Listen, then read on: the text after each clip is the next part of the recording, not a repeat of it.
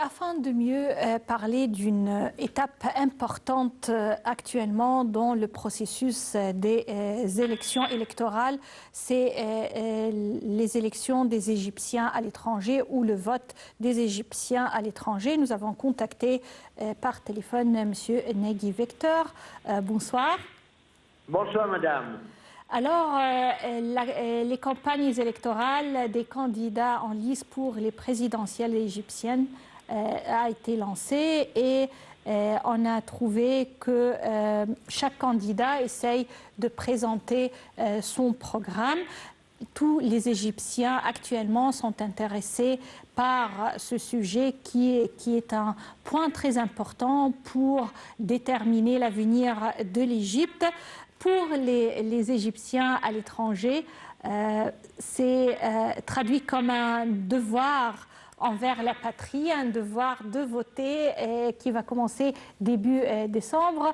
Selon vous, comment le processus va-t-il se dérouler et quelle est l'opinion des Égyptiens à l'étranger en ce qui concerne les élections et leur présentation jusqu'à maintenant? Oui, il faut tout d'abord... Allô? Oui, je vous entends. Allez-y, monsieur. Oui, il faut tout d'abord savoir qu'actuellement, nous sommes en train de vivre une période florissante de démocratie. Une période florissante de démocratie implique la présence de plusieurs candidats pour les présidentielles. Jadis, il y avait une personne ou deux, mais cette fois-ci, il y a vraiment une diversité de candidats et de candidatures qui se sont présentés pour les élections. L'Égypte, les citoyens égyptiens sont maintenant bien conscients de la situation du pays et ils sont assez intelligents pour pouvoir déterminer la personne qui pourrait leur être le mieux placé pour répondre à leurs désirs et à leurs espoirs. Oui. Ceci étant, aussi bien les citoyens à l'intérieur de l'Égypte, de l'État, que les expatriés qui travaillent et qui vivent ailleurs. Oui. Et il faut savoir que les Égyptiens, j'en ai rencontré plusieurs aux États-Unis et en France, ils sont très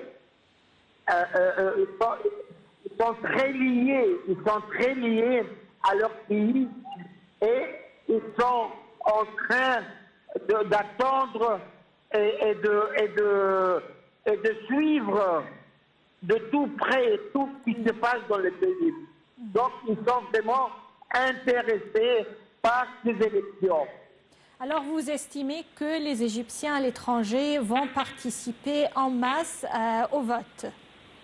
Aucun doute, surtout que nos consulats et nos ambassades à l'étranger se préparent pour cet événement, ouvrent leurs portes et reçoivent effectivement les Égyptiens pour voter. Oui.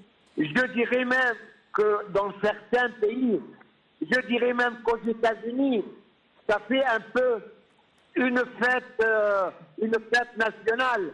Les gens vont se présenter avec des petits drapeaux entre les mains. Ils sont contents, ils sont heureux d'aller élire et choisir leur futur président. Oui. Et selon vous, Monsieur Victor, comment voyez-vous le déploiement et les efforts déployés par les ambassades et les consulats égyptiens à l'étranger afin de faciliter les procédures de vote? Je suppose, parce que moi je vis ici et non pas à l'étranger, mais je suppose que chaque ambassade et consulat... Selon les nouvelles publiées jusqu'à maintenant, est basée sur les expériences des dernières années, parce que ce ne seront pas les premières élections à effectuer pour les Égyptiens à l'étranger. C'est vrai.